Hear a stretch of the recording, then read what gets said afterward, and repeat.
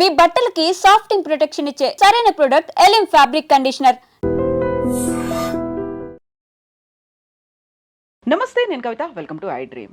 2000 సంవత్సరం నుంచి 2025 దాకా, డాలర్ డ్రీమ్స్ నుంచి కుబేరా దాకా డైరెక్టర్ శేఖర్ కమ్ముల 25 ఏళ్ల తన సినీ ప్రస్థానంలో 10 సినిమాలతో తన మార్క్ ఏంటో చూపించుకున్నారు. Celebrating the soul of storytelling. Sekhar Kammula అనేది ఇప్పుడు సోషల్ మీడియాలో వైరల్ అవుతుంది. యాక్చువల్గా శేఖర్ కమ్ముల అనగానే ఏం గుర్తొస్తుంది? మనతో పాటుగా ఉన్నారు senior journalist and film critic Maharshi garu. Maharshi గారు, నమస్కారం అండి. సో ఫస్ట్ శేఖర్ కమ్ముల అనగానే ఏం గుర్తొస్తుంది? యూజువల్గా ఆనంద్ అనగానే మంచి కాఫీ లాంటి సినిమా అన్నట్టుగా. శేఖర్ కమ్ముల గారి పేరు చెప్తే మనకు గుర్తొచ్చేది ఏమిటంటే ఆయన సినిమాలు కాదు, ఆయన సెన్సిటివ్, సున్నితమైన సూక్ష్మమైన మానవ సంబంధాలని అద్భుతంగా తెర మీద చూపించే తక్కువ మంది దర్శకుల్లో ఆయన ఒకరు.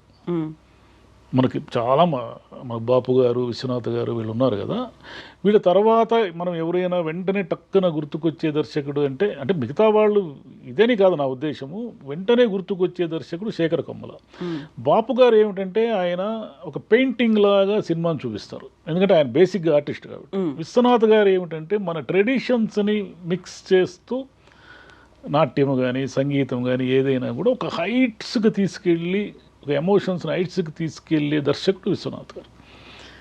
శేఖర్ కమ్ముల గారు ఏమిటంటే ఈయన ఒక కొత్త ప్రపంచాన్ని మనకు సృష్టిస్తారు. చాలామంది దర్శకుల్లో ఉన్న ప్రాబ్లం ఏమిటంటే వాళ్ళు ఎక్కడో ఆగిపోతారు. ఈయన ఆగడు. ఈయన ఆగకుండా డాలర్ డ్రీమ్స్ నుంచి మీరు బాగా గమనించండి, ఆయన సినిమాలన్నీ గమనించండి. ఆయన ఏం చేసుకుంటూ వచ్చారంటే ఒక కాలేజీ ప్రపంచాన్ని సృష్టించారు. ఒక లవ్ స్టోరీ అంటే అమ్మాయి అబ్బాయి మధ్య ఉన్నటువంటి సున్నితమైన ప్రేమను సృష్టించారు. పాలిటిక్స్ మీద లేదా సిస్టమ్ మీద తనకున్న కోపాన్ని ఒక 2 సినిమాల్లో చూపించారు. అఫ్కోర్స్ గోదావరిలో కూడా కొంత ఆయన ఆ ఛాయలు ఉంటాయి. సుమంత్లో నేను రాజకీయ నాయకుడు కావాలనుకుంటే నువ్వు జెండాలు మోస్తావా, నువ్వు రాళ్ళు ఇసురుతావా అని ఏదో అడుగుతారు అతను. లీడర్లో కానీ నిన్న వచ్చిన కుబేరాలో కానీ సిస్టమ్ మీద ఆయనకున్న కొంత కోపాన్ని చూపిస్తారు. ఇంకోటి ఏమిటంటే ఆయన సినిమాలు అంటే 25 ఏళ్ళు సక్సెస్ఫుల్ దర్శకుడుగా ఉండి 10 సినిమాలే తీశారంటే ఏమిటి అర్థము?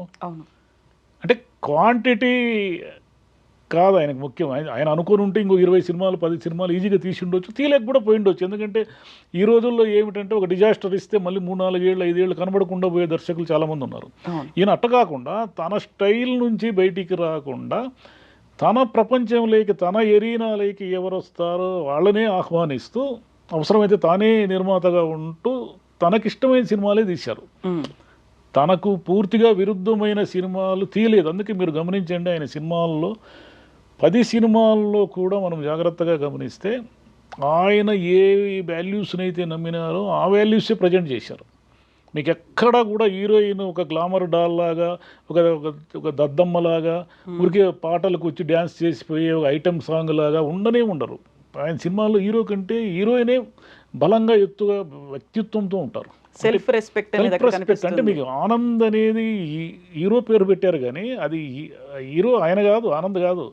అది మంచి కాఫీ లాంటి సినిమానే కానీ అమ్మాయిదే ఆ సినిమా.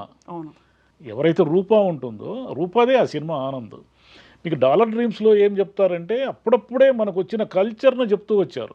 1990 నుంచి మనకు అమెరికా పోవడం మన పిల్లలు మెల్లిగా స్టార్ట్ అయితే 95-2000 మధ్య కొంచెం పెరిగింది, వేగం పెరిగింది. ఆ వేగం పెరిగినప్పుడు చూడండి, ఇప్పుడు తీయాల్సిన సినిమా అప్పుడు తీశాడు ఆయన. 2000లో ఏం తీశాడు ఆయన? డాలర్ డ్రీమ్స్ అంటే అయ్యా అమెరికా పోతే మన పిల్లలు ఏదో ఒక లెవెల్కి వెళ్ళిపోతారు, డబ్బులు సంపాదించేస్తారు, మనకి ఏదో బ్రహ్మాండంగా ఉంటుంది, ఈ అద్భుతాలు ఏవో జరుగుతాయి జీవితంలో అని అనుకుంటాం కదా. అది కాదు, అక్కడ చాలా ఇబ్బందులు కష్టాలు కూడా ఉంటాయి అనేది కదా ఆయన కాన్సెప్ట్. ఆయన కూడా కష్టపడి ఎంఎస్కి పోయి మళ్ళీ అక్కడ ఉద్యోగం చేసి మళ్ళీ వచ్చినవాడే, వెనక్కి వచ్చిన వాళ్ళే కదా. అదే కాకుండా ఆ సినిమాలో కొడుకు అమెరికా వెళ్ళిపోతాడు. వెళ్ళిపోయిన తర్వాత ఆ తల్లి తండ్రి ఇంట్లో ఆ వ్యాక్యూమ్ ఫీల్ అవుతుంటారు. అరే వాడు ఇక్కడే తిరిగినట్టుందిరా, అరే వాడు ఉదయాన్నే నన్ను నిద్ర లేపినట్టుంది. అంటే అమెరికా పిల్లలు పంపించిన ప్రతి తల్లి తండ్రి ఇంట్లో కూడా ఈ సీన్కి విరుద్ధంగా ఏది ఉండే అవకాశమే లేదు. వాళ్ళు ఏం ఫీల్ అవుతారు, ఏం తీసుకుంటారు. అంటే పిల్లలు మనల్ని ఇప్పుడు బహుశా ఇక్కడి నుంచి హైదరాబాద్ నుంచి చెన్నయ్యో వెళ్ళారనుకోండి, మనకి పెద్ద దూరం అనిపించదు. ఎందుకు చెన్నయ్యే కదా, రాత్రి మనం రైలు ఎక్కితే పొద్దున్నే ఉండొచ్చు, పిల్లాడిని చూడొచ్చు అనుకుంటాం. కానీ అమెరికా అలా చూడలేరు. అమెరికా పోవాలంటే మనకి వీసా ఉండాలి, మనకి చాలా ఉండాలి, డబ్బులు ఉండాలి, ఏమేమో ఉండాలి కదా. అందులో మాట్లాడుకుందాం అంటే వాళ్ళకి పొద్దున అయినప్పుడు మనకు రాత్రి ఆ అవుతుంది. రోజుల్లో మాట్లాడుకునే ఫెసిలిటీస్ కూడా లేవు. అవును. ఆ రోజుల్లో ఇప్పుడున్నంత ఫోన్లు, వీడియో కాల్స్, ఇంటర్నెట్లు లేని కాలం ఒకటి ఉండింది కదా. అంటే ల్యాప్టాప్ ఆన్ చేసి ఏదో అవసరాలు పడేవాళ్ళు ఆ రోజుల్లో. మనం అది కాకుండా మీకు హ్యాపీ డేస్లో ఒకటి ఒక సీన్ ఉంటుంది, చాలా ఇష్టం నాకు ఆ సీన్. ఒక అమ్మాయిని హాస్టల్లో తండ్రి వదిలేస్తాడు. తండ్రి వదిలేసిన తర్వాత ఆ అమ్మాయి కిటికీలో నుంచి తండ్రి వెళ్ళిపోతూ ఉండడాన్ని చూస్తుంది. ఆ తండ్రి కూడా కూతురు కోసం అలా వెనక్కి తిరిగి చూస్తాడు. ఇంత సెన్సిటివ్గా సినిమాని ప్రజెంట్ చేసే దర్శకులు చాలా తక్కువ ముందు. అంటే దీన్ని పట్టుకోవాలి కదా ముందు మనము. అవును. మనం మొదట పట్టుకోవాలి. ఇలాంటి సన్నివేశాలు పట్టుకోవడం కూడా కష్టం. అంటే ఆ సూక్ష్మతను గ్రహిస్తాడు ఆయన. ఆ సెంటిమెంట్ కూడా ఆనందాన్ని మామూలు మనుషుల జీవితాల్లో, మధ్యతరగతి లేదా కొంచెం ఎబోవ్ మధ్యతరగతి జీవితాల్లో జరిగే ఇన్సిడెంట్స్ని, జరిగే ఎమోషన్స్ని, నార్మల్ విషయాలని పట్టుకొని స్క్రీన్ మీద తెచ్చిన సినిమాలు మీకు చాలా. ఆయన సినిమాలన్నీ ఇంచుమించుగా అవే, ఎక్సెప్ట్ లీడర్ పాలిటిక్స్ మీద నడుస్తుంది. అనామిక అనే సినిమా తీసేయండి, ఆయన 9 సినిమాలే తీశాడు. నేను 10 సినిమాలు ఎందుకంటే అనామిక కూడా మంచి సినిమానే కదా. హిందీలో కహాని అంటే ఒక ఉమెన్ పెయిన్, అది ఆ తెలుగులో వచ్చేసరికి ఏదో తేడా కొట్టింది. అదే అక్కడ ఆడినట్టు కూడా లేదు అది. సో ఇప్పుడు ఇన్ని సినిమాల్లో చూపించినప్పుడు అక్కడ సెన్సిటివిటీ అనేది కనిపిస్తుంది. ఎట్ ద సేమ్ టైం అక్కడ హీరోయిన్ అన్నదానికంటే మహిళా పాత్రధారి లేకుంటే ఒక మహిళకి సంబంధించినటువంటి ఒక గౌరవం అనేది ఎక్కడ భంగం కలగొద్దు, సెల్ఫ్ రెస్పెక్ట్ ఉండాలి.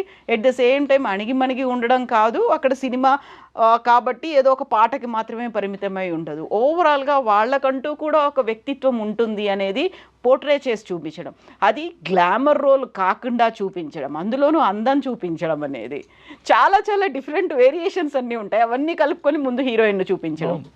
మీకు ఆనంద్ అదే కదా. ఆనంద్లో చాలా గొప్ప విషయాలు 2 ఉంటాయి. అదేమిటంటే అసలు ఆ సినిమా ప్రారంభం కావడమే ఒక అపరాధ భావంతో ప్రారంభమవుతుంది. అంటే మనము మనుషులందరూ కూడా ఎక్కడో ఏదో తప్పు, మన వల్ల పొరపాటు ఏదో ఒకటి జరుగుతుంది. అంటే మన వల్ల ఎవరైనా ఇబ్బంది పడడము, మన వల్ల ఎవరైనా కష్టాలు పడడము మనకు తెలియకుండా తెలుసో జరుగుతాయి. కానీ ఇది మనకు సున్నితంగా ఉన్నప్పుడు, మామూలు మొరటగా ఉండే వాళ్ళకి ఏం కాదు, కానీ సున్నితంగా ఉండేవాళ్ళు దాన్ని కూడా తట్టుకోలేరు. అయ్యో మన వల్ల ఇట్లా ఇబ్బంది వచ్చింది అని. ఆ సినిమా బిగినింగే చూడండి మీరు. ఒక కుటుంబము కారులో పోతూ ఉంటే ఒక తాగిన మత్తులో ఒకతను యాక్సిడెంట్ చేయడం వల్ల, అంటే ర్యాష్ డ్రైవింగ్ చేయడం వల్ల ఆ కుటుంబం చనిపోతుంది. చనిపోయినప్పుడు ఆ కుటుంబం చనిపోవడానికి తానే బాధ్యుడు అని అతను గ్రహించి ఏడుస్తాడు. అతనికి ఉన్న ఒకే ఒక క్లూ ఏమంటే రూప. చనిపోతూ అతను రూప అని అరవడం వల్ల ఆ పెయిన్ అతను తట్టుకోలేక పిచ్చోడైపోతాడు. ఆ రూప మీద జరిగేదే మొత్తం సినిమా అంతా కూడా.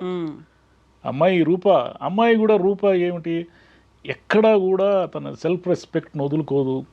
పెళ్ళి ప్రేమించిన వాడితో పెళ్ళి వరకు వచ్చి రేపు తెల్లారి పెళ్లి జరుగుతుందనంగా కూడా అక్కడ ఉన్న పరిస్థితులకు తాను ఇమడలేను, లైఫ్ అంతా ఇది తట్టుకోవాలంటే నేను కష్టము అని గ్రహించి అమ్మాయి బయటకు వచ్చేస్తుంది. అంటే అవసరమైతే తన పెళ్ళిని మామూలుగా పెళ్లి వరకు వచ్చిన తర్వాత ఏమన్నా బుద్ధి ఉందా, నువ్వు పెళ్ళిని ఎవరైనా చెడగొట్టుకుంటారా అని కదా అంటారు. ఆ సినిమాలు కూడా అమ్మాయిని అంటారు. ఆ స్నేహితురాలు ఎవరు అంటే ఏం చేస్తున్నావే నువ్వు అని అంటారు కదా. అంటే ఒక క్యారెక్టర్ని ఆయన డిజైన్ చేస్తే ఆ క్యారెక్టర్ ఎక్కడా కూడా తాను అనుకున్నదే చేస్తుంది తప్ప, అంటే తాను నమ్మినది, అంటే తాను ఏదైతే న్యాయం అని నమ్ముతుందో అదే చేస్తుంది. అలాగే ఉంటుంది ఆ క్యారెక్టర్ అంతా. ఫిదాలో చూడండి మీరు. అవును, ఫిదాలో అమ్మాయి బేసిక్ క్వశ్చన్ ఏమిటి, పెళ్ళి అయితే అమ్మాయి వాళ్ళ నాన్నని అమ్మని ఎందుకు వదిలి వెళ్ళాలి అనేదే కదా బేసిక్ క్వశ్చన్. అంటే అమ్మ ఉండదు దాంట్లో, నాన్నే ఉంటాడు, నాన్నని ఎందుకు వదిలి వెళ్ళాలి అనేది ఆమె బేసిక్ క్వశ్చన్. ఈ క్వశ్చన్ ఎవరైనా ఎప్పుడైనా ఏ సినిమాలో అయినా వేసారా?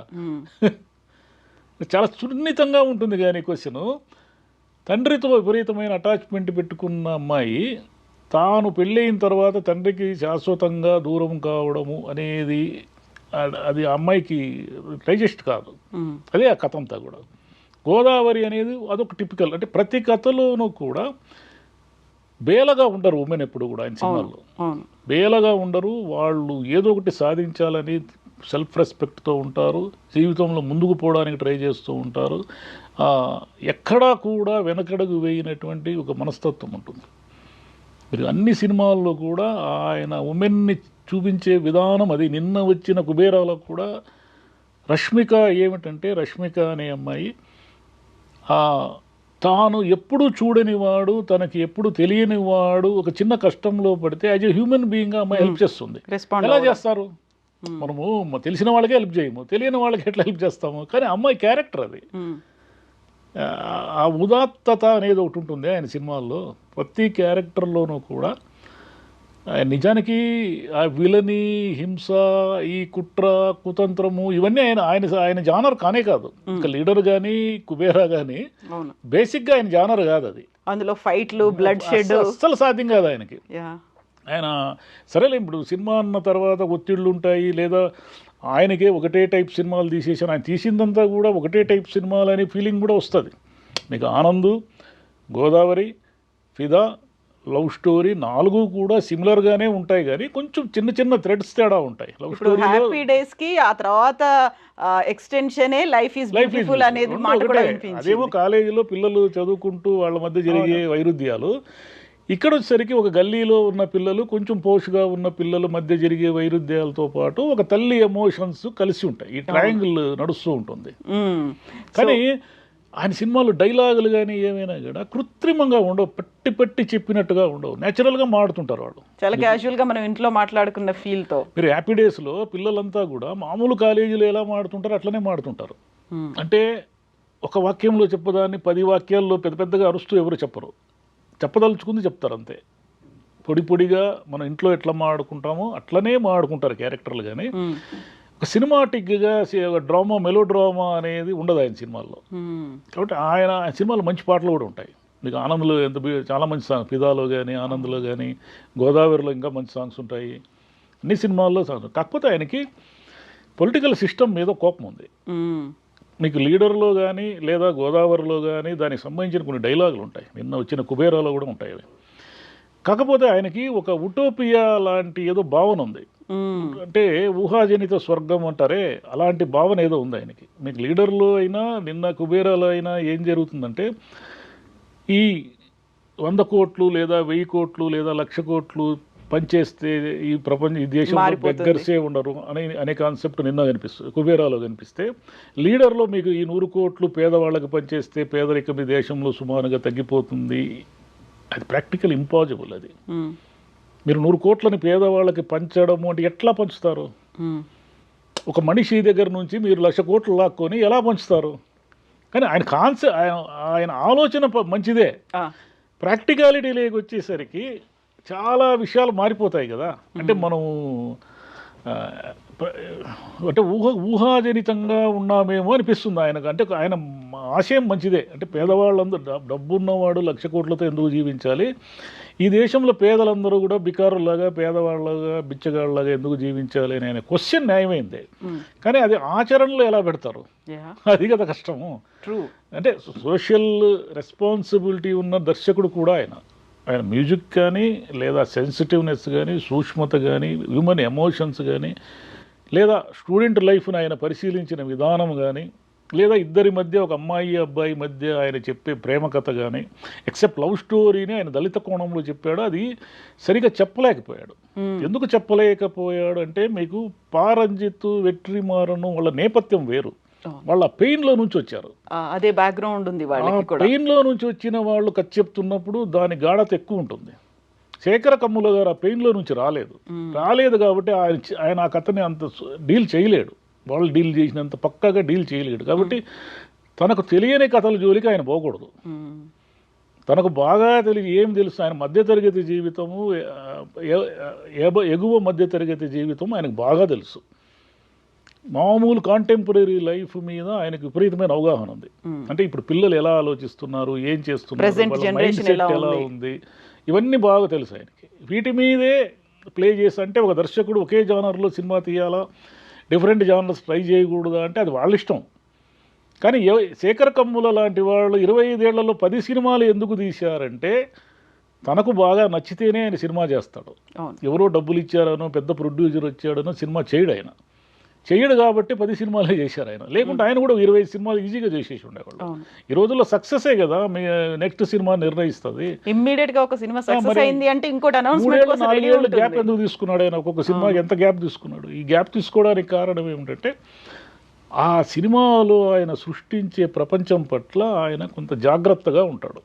నిన్న కుబేరాలో కూడా 4 వ్యక్తుల మధ్య ఉన్న ప్రపంచాన్ని సృష్టించాడు ఆయన. బాగా డబ్బున్నవాడు ఒకడు, మధ్యలో అంటే తను చేయాల్సిన పని తప్ప ఒప్ప డిసైడ్ చేసుకోలేని వ్యక్తి ఒకరు నాగార్జున. బాగా డబ్బున్నవాడు విలను. అసలు ఏమీ లేనివాడు, జీరోలో ఉన్నవాడు, ఒక బికారిగా ఉన్నవాడు, ఒక బిచ్చగాడుగా ఉన్న ధనుష్. వీళ్ళ ముగ్గురితోనూ వీళ్ళ ముగ్గురి కథతోనూ ఏమీ సంబంధం లేకుండా హఠాత్తుగా కథలోకి ఎంటర్ అయ్యే హీరోయిన్. ఈ 4 ప్రపంచం అంటే హీరోయిన్కి బ్యాక్గ్రౌండర్ ఏమో ఎక్కడ చెప్పడు. గొప్ప దర్శకుడు లక్షణం ఏమిటంటే అమ్మాయి ఫ్లాష్ బ్యాక్ జోలికి పోడు అతను. అమ్మాయి బొంబాయి వచ్చిందనే వరకే కథ మనకు. బొంబాయి రాకముందు నల్గొండలో ఏం చేసింది అనేది మనకు తెలియదు. అది అనవసరం కూడా సినిమాకి.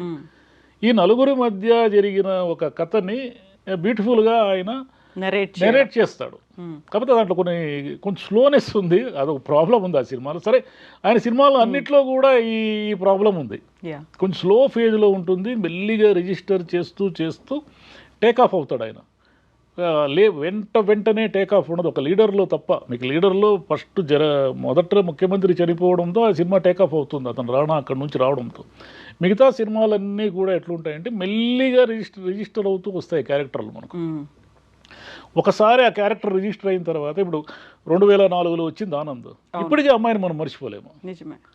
ఎట్లా? ఎందుకు? 21 ఏళ్ల క్రితం చూసిన, అంటే యూట్యూబ్లో అక్కడెక్కడ చూడొచ్చు, కానీ 21 ఏళ్ల క్రితం చూసిన రూపాన్ని ఎందుకు మర్చిపోలేకపోతున్నాము? అవును, ఆ రూపాన్ని కూడా మర్చిపోలేము. ఫిదాలో కూడా అంతే. అవును. ఇంకోటి, ఆయన వల్ల ఈరోజు స్టార్స్ అయిన వాళ్ళు ఎంతమంది ఉన్నారు. ఈ నవీన్ పోలిశెట్టి, విజయ్ దేవరకొండ, వీళ్ళంతా లైఫ్ ఈజ్ బ్యూటిఫుల్లో తమన్నాని ఇంట్రొడ్యూస్ చేయడం దగ్గర నుంచి. తమన్నా అనే ఆమె 8th ప్రిఫరెన్స్ ఆయన ఇంటర్వ్యూలు చేసిన వాళ్ళు.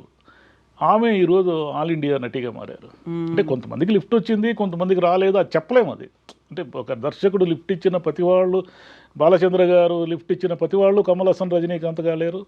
దాసనారాయణరావు గారు లిఫ్ట్ ఇచ్చిన ప్రతి వాళ్ళు మోహన్ బాబు కాలేరు. కానీ వాళ్ళందరూ కూడా వీళ్ళు లిఫ్ట్ ఇస్తే వచ్చిన పేరైతే వీళ్ళదే కదా. శేఖర్ కమ్ముల గారి పేరైతే ఉంటుంది కదా. తమన్నా గారు, లేకపోతే విజయ్ దేవరకొండ, నవీన్ పోలిశెట్టి, వీళ్ళంతా ఈరోజు ఇంత పెద్ద క్యారెక్టర్లు చేసి లైమ్ లైట్లో ఉన్నారంటే ఆయనే కదా కారణం. మహర్షి గారు, ఇప్పుడు సాధారణంగా సినిమాలు అనగానే హీరోకి ఒక ఎలివేషన్ షాట్లు ఉంటాయి. హీరోయిన్లో అనగానే ఒక గ్లామరస్గా ఉండడానికి డ్యూయెట్లు, రిచ్ లొకేషన్లో ఉండాలి, హైలీ రిచ్, అక్కడ అట్మాస్ఫియర్ అనేది కనిపించాలి, ఇవన్నీ ఉంటాయి. అవన్నీ ఏమి ఉండవు. చాలా సాధారణంగా మన ఇంట్లో, మన పక్క వాళ్ళ ఇంట్లో ఏం జరుగుతుందో అలాంటి క్యారెక్టర్సే, అలాంటి అట్మాస్ఫియరే అది కనిపిస్తుంది. వీటన్నిటికంటే మించి celebrating the soul of storytelling, just story టెల్లింగ్లోనే అంతా ఉంటుంది అనేటువంటి ఒక భావన శేఖర్ కమ్ముల గారి సినిమాల్లో కనిపిస్తోంది. ఈ స్టోరీ టెల్లింగ్కి సంబంధించి ఆయన తీసుకునేటువంటి జాగ్రత్తలు ఏంటి అసలు? ఆయన ఏమిటంటే, ఆయన స్టోరీ టెల్లింగ్కి కథని రాసుకోవడానికి చాలా టైం తీసుకుంటారు. టైం తీసుకున్న తర్వాత ఆయన చాలా వేరియేషన్స్, అంటే ఒక పాత్ర, అంటే మామూలుగా సినిమాలో మనకు కనిపించే పాత్ర కంటే కూడా ఆ పాత్ర రకరకాల సిచ్యువేషన్స్లో ఎలా ప్రవర్తిస్తుందో అవన్నీ కూడా ఆయనకు తెలుసు. అందుకే మీకు ఒక సున్నితమైన ఎక్స్ప్రెషన్తో ఆయన చెప్పదలుచుకున్న విషయాన్ని చెప్తాడు. అది కావాలి అంటే కథ మీద విపరీతమైన కసరత్తు చేసి ఆ పాత్రని ఓన్ చేసుకుంటే తప్ప సాధ్యం కాదు. అంటే అదే స్టోరీ టెల్లింగ్ అంటే. మీకు గోదావరిలో ఫస్ట్ సీన్ ఉంటుంది. ఫస్ట్ సీను ఆ అమ్మాయి తనకు పెళ్ళి అయిపోయినట్టు, తనకేదో భర్త వచ్చేసినట్టు, తనకేదో ఫస్ట్ నైట్ జరుగుతున్నట్టు కలగంటుంది. అతన్ని మనకు చూపించాడు. అతను ఆ అమ్మాయి భర్త ఎవరో చూపించాడు. అది కళని కూడా మనకు తెలియదు మొదటిసారి చూసినప్పుడు. చూపించాడు. కానీ వాడు పదే అమ్మాయి మీద ఇలా చేయి వేస్తూ ఉంటాడు. అమ్మాయి చిరాకుగా చూస్తూ ఉంటుంది. అంటే అమ్మాయి ఎలా ఉంటుంది అనే దానికి ఆ క్యారెక్టర్ని ఒక చిన్న 1 minute సీన్ కూడా లేదు. అది అంటే ఆ ఎక్స్ప్రెషన్ రావాలి అమ్మాయి ఫేస్లో. అంటే ఈయన ఎంతో కసరత్తు చేసి ఉండి అమ్మాయి ఎంత సున్నితంగా ఎలా ఉంటుంది అనేది ఈయనకు బాగా తెలిస్తే తప్ప ఆ క్యారెక్టరు, అమ్మాయి అలాంటి ఎక్స్ప్రెషన్ ఇవ్వలేదు.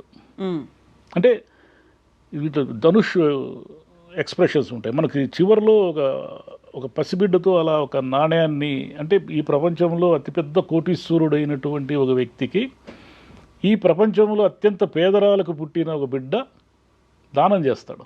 ఊహించుకోండి ఈ సీన్ మీరు.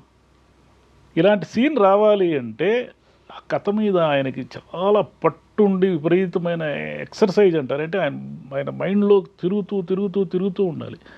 అందుకని ఎక్కువ ఆయన సబ్ప్లాట్స్ వేసుకోడు. మీకు గోదావరిలో కొంత సబ్ప్లాట్స్ ఎక్కువ ఉంటాయి. హ్యాపీ డేస్లో కానీ లైఫ్ ఈజ్ బ్యూటిఫుల్లో కానీ ఎక్కువ క్యారెక్టర్లు ఉండడం వల్ల వాళ్ళకి ఒక నేపథ్యాన్ని సృష్టిస్తుంది. మామూలుగా అయితే ఇప్పుడు ఆనందులు అనుకోండి, పెద్ద సబ్ప్లాట్స్ ఏమి ఉండవు.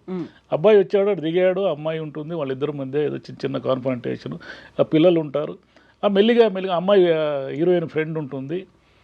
అంటే వీళ్ళందరూ ఎట్లా బిహేవ్ చేస్తారు అనే దాన్ని విపరీతంగా స్టడీ చేస్తే తప్ప స్టోరీ టెల్లింగ్ రాదు. స్టోరీ టెల్లింగ్ అంటే ఏమిటి? మీకు ఒక విషయాన్ని ఆసక్తికరంగా చెప్పడమే స్టోరీ టెల్లింగ్. మామూలుగా కథకులు తమ రచనల్లో చెప్తారు. ఒక దర్శకుడు ఎలా చెప్తాడు? దర్శకుడికి ఉన్న ఇబ్బంది ఏమిటంటే స్టోరీ టెల్లింగ్లో, ఉదాహరణకి ఒక సుబ్బారావు అనే క్యారెక్టర్ని ఆయన క్రియేట్ చేసుకున్నాడు అనుకోండి. రచయితకి సుబ్బారావు అని రాస్తే చాలు. సుబ్బారావు 6 అడుగులు ఎత్తున్నాడు, 70 కిలోలు ఉన్నాడు, కిర్రు చెప్పులు వేసుకున్నాడు, పంచె కట్టుకున్నాడు, కండువా వేసుకున్నాడు అని 6 వాక్యాల్లో చెప్పేస్తే అయిపోయారు. కానీ ఒక సినిమా డైరెక్టర్ ఆ సుబ్బారావుని మన కళ్ళ ముందు చూపించాలి. ఆ సుబ్బారావు ఎలా బిహేవ్ చేస్తాడో చూపించాలి. అది డైలాగ్స్ లేకుండా కూడా చూపించాలి. That is story telling. అంటే దృశ్యాన్ని చూపించాలి ఆయన. దృశ్యాన్ని, అంటే అమ్మాయి గోదావరిలో కానీ, ఆనంద్లో కానీ, ఫిదాలో కానీ, లవ్ స్టోరీలో కానీ ఆయన హీరోయిన్లందరినీ గమనించండి. వాళ్ళందరినీ అలా ఆ క్యారెక్టర్ని డిజైన్ చేయాలి అంటే ఆయన ఆ కథ మీద విపరీతమైన వర్క్ చేస్తే తప్ప సాధ్యం కాదు. అమ్మాయి ఇప్పుడు సాయి పల్లవి కానీ వీళ్ళంతా ఎంత గొప్ప యాక్ట్రెస్లైనా కావచ్చు, కానీ ఈయన ఎక్స్ప్లెయిన్ చేస్తే తప్ప వాళ్ళకి ఆ ఎక్స్ప్రెషన్ ఎట్లా తెలుస్తుంది? తెలియదు కదా. మీకు లీడర్లో సుహాసిని గారు ఎక్స్ప్రెషన్ ఉంటుంది. ఫస్ట్ ఆమె భర్త యాక్సిడెంట్ అయిందని అడావుడిగా వస్తున్నప్పుడు సుబ్బరాజు అనే క్యారెక్టర్ ఆమె మీద కొంచెం అనవసరంగా ఇలా ఏదో చేయి వేసే ప్రయత్నం చేసినప్పుడు అమ్మాయి ఒక సీరియస్గా చూస్తుంది వాడు. అంటే వీడు అనవసరమైన చదువు తీసుకుంటున్నాడు, వీడు మంచివాడు కాదు. నిజానికి అతను కొడుకు వరుస ఏదో అవుతాడు, కానీ వాడు మంచివాడు, దుర్మార్గుడు వాడు అనేది ఆమె కళ్ళల్లో కనిపిస్తుంది. వీడు మంచివాడు కాదు అంటే వీడు ఆ తర్వాత వాడే విలను. అట్లా అనేక సన్నివేశాల్లో అంటే మన ఏం ఆలోచిస్తూ ఉంటారు ఆ క్యారెక్టర్లు అనేది ఆయన ఒక్క ఎక్స్ప్రెషన్తో చెప్తాడు, లేదా ఒక చిన్న డైలాగ్తో చెప్తాడు.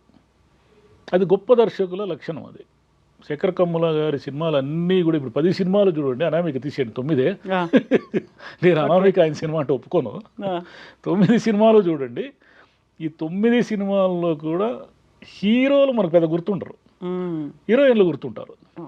లీడర్ వదిలేయండి, లీడర్ హీరో సినిమా, అది హీరోయిన్ గుర్తుండదు మనకు, రిచా అనే అమ్మాయి గుర్తుండదు మనకు. మిగతా సినిమా డాలర్ డ్రీమ్స్ వదిలేయండి, ఆయన మొదటి సినిమా అది. మిగతా సినిమాలన్నీ కూడా ఒక ఉమెన్ సెంట్రిక్గా ఉంటాయి, వ్యక్తిత్వంతో కూడుకొని ఉంటాయి. ఇంకోటి ఆయన సినిమాలో విలన్ ఉంటారు పెద్ద. నిన్నటి కుబేరాలో ఉన్నారనుకోండి, విలన్ ఎందుకు ఉండడంటే ఆయన విలన్ క్యారెక్టర్ని డిజైన్ చేసి వాడికి ఒక హింస, దుర్మార్గము ఇవన్నీ ఆపాదించుకునే అంత రైటింగ్ చేసుకోలేరు ఆయన. అలా పెడితే మళ్ళీ హీరోని ఎలివేట్ చేయాలి, డైలాగ్స్ ఉండాలి. అది కొంచెం పొల్యూషన్ ఉంటే తప్ప విలన్ క్యారెక్టర్ని మనం ఎస్టాబ్లిష్ చేయలేము. ఈయనకి ఆ పొల్యూషన్ తెలియదు. పొల్యూషన్ తెలియకపోవడం వల్ల ఏమిటంటే ఈయన ఎంతసేపు పెద్దగా దుర్మార్గుల్ని పెద్దగా చిత్రీకరించలేడు ఆయన. ఆయన సినిమాల్లో మంచివాళ్ళు ఉంటారు, కొంచెం చెడ్డవాళ్ళు, పిచ్చిగా బిహేవ్ చేసేవాళ్ళు ఉంటారు, అతి మంచి వాళ్ళు కూడా ఉంటారు, కానీ విపరీతమైన చెడ్డవాళ్ళు ఉండరు. అదే మన పాత సినిమాలో నాగభూషణం లాగా మీసాలు మెలేసి రావు గోపాలరావుగా కుట్రలు చేసేది ఇట్లా వాళ్ళు ఉండరు. ఇట్లా వాళ్ళు ఉండని కథనే ఆయన రాసుకుంటారు. అంటే ఆయన బలము అదే అనమాట. ఆయన బలహీనత ఏమిటంటే కమర్షియల్ ఫార్మేట్లోకి వెళ్ళి విలన్లు వీళ్ళందరం గిన్సు పెడితే అంత పుష్ చేయలేడు ఆ కథను ఆయన. కాకుండా కుబేరా కొంచెం అటు ఇటుగా ఆ లైన్లో ఉంది కాబట్టి కెన్ వి ఎక్స్పెక్ట్ ఫర్దర్గా వచ్చే మూవీలో ఇలాంటి ఎలివేషన్ మనం ఎక్స్పెక్ట్ చేయకూడదు. ఆయన ఫర్దర్గా హింసతో కూడిన మూవీలు ఆయన తీస్తాడని మనం ఎక్స్పెక్ట్ చేయకూడదు. సో ఆయన జానర్ అది అలాగే ఉంటుంది, జానర్ అలాగే ఉండాలి. కుబేరా అంటే ఎక్కువ స్టార్ కాస్టింగ్ ఉంది. ఆయన ఒక కుబేరుడి ప్రపంచాన్ని ఒక బిచ్చగాడి ప్రపంచానికి మధ్య జరిగే సంఘర్షణను చూపించదలుచుకున్నాడు కాబట్టి కుబేరుడు ఎప్పుడు బిచ్చగాళ్ళని చంపేయాలనే కదా అనుకుంటాడు. బిచ్చగాళ్ళతో ఏం పని ఉంది అతనికి? బిచ్చగాడు ఏమిటంటే తనకున్న చిన్న ప్రపంచంలో తన వాల్యూస్ను కాపాడుకోవడం అనేది ఒక సంఘర్షణ ఉంది కాబట్టి ఆ కథకు కొంత హింస అనివార్యంగా అవసరమైంది. బేసిక్గా ఏమిటంటే ఆయన హింసకు సూట్ కాడు, కొందరు కొన్నిటికి సూట్ కారు. శేఖర్ కమ్ముల గారు కూడా ఇక మీదట ఏమిటంటే హింసకు సంబంధించి కాకుండా ఎమోషన్స్, కుటుంబము, స్నేహము, ప్రేమ ఇవన్నీ అద్భుతంగా చేయగలిగిన శక్తివంతులు కాబట్టి ఆయన ఆ లైన్లోనే ట్రై చేస్తేనే ప్రేక్షకుడికైనా ఆయనకైనా ప్రశాంతత. సో ఇప్పుడు కుబేరాకి సంబంధించి ఒక మంచి టాక్ వచ్చింది, హిట్ అయింది అనేటువంటి విశ్లేషణలు ఇవన్నీ చూసిన తర్వాత మళ్ళీ ఇమ్మీడియట్గా ఇంకొక సినిమా అనౌన్స్ చేయాలి, దానికి సంబంధించి పనుల్లో పడాలి అనేటువంటి మైండ్ సెట్ కూడా ఉండదు ఆయన. ఇంకొక 2-3 ఏళ్ళు పడుతుంది సినిమా మెల్లిగా వస్తుంది. మెల్లిగా ఎంత హిట్ అయినా పర్లేదు, మళ్ళీ ప్రొడ్యూసర్లు క్యూ కడుతున్నారు, అడుగుతున్నారు అనేటువంటి ఆ హడావిడి మాత్రం కనిపించదు. మళ్ళీ ఎక్కడ వెళ్ళిపోయారు శేఖర్ కమ్ముల గారు, మళ్ళీ వెతుక్కొని అప్పుడు మళ్ళీ ఒక 2 years అన్నా తీసుకుంటారు. మినిమం 2 years తీసుకోకుండా ఆయన కథ చేసుకొని ఆ కథని స్టోరీ టెల్లింగ్ అన్నారే ఇంతకుముందు, ఆ స్టోరీ టెల్లింగ్ చేయాలి స్క్రీన్ మీద అంటే ఆయన కొంచెం టైం తీసుకునే దర్శకుడు. ఆయన వేగంగా సినిమాలు చేయలేరు కాబట్టి 25 ఏళ్ళకి 10 అయ్యాయి. అందులో ఒకటి 11వ సినిమా అంటే ప్రొడ్యూసర్ గా ఒకటి చేశారు అంతే. అది లెక్కలకి తీసుకోకూడదు, ఓన్లీ డైరెక్టర్ కేటగిరీలో చూసుకుంటే. ఒకవేళ ఆయనే ఇండైరెక్ట్ గా డైరెక్ట్ చేసి ఉన్నా మనం దాన్ని లెక్కలకి తీసుకోకూడదు. టైటిల్ కార్డ్ అయితే 10కే కదా అనేది లెక్క. Exactly. Thank you so much Maharshi garu. Thank you అమ్మా. Thank you.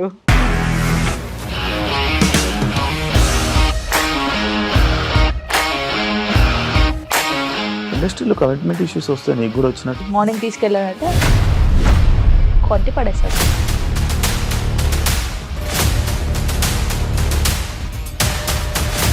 ఒక్కళ్ళు కూడా చూడలేదు ఈ సినిమా అని చెప్పడానికి కూడా చాలా ధైర్యం కావాలి. అది నిజం కదా, దాంట్లో ధైర్యం ఏంటి? ఇది నెక్స్ట్ డే ప్లేట్ మార్చేస్తే తప్పు కదా. As of now we are comfortable this అని నేను అనుకుంటున్నాను. రష్మిక గారిది మీది ఒకే ఊరు అంటే కదా? నీకు కోపం వచ్చిందంటే బాగా తిట్టేత్తరా? తిట్టేద్దామండి. నిజంగా గేమ్ ని ఎలా చేంజ్ చేయగలిగారు? ఏపీఎస్ఎఫ్సి వాళ్ళకి 6 నెలల్లో నేను 6 లక్షలు కట్టా. బిజినెస్ చేయాలనుకుంటే it is as difficult as riding a tiger.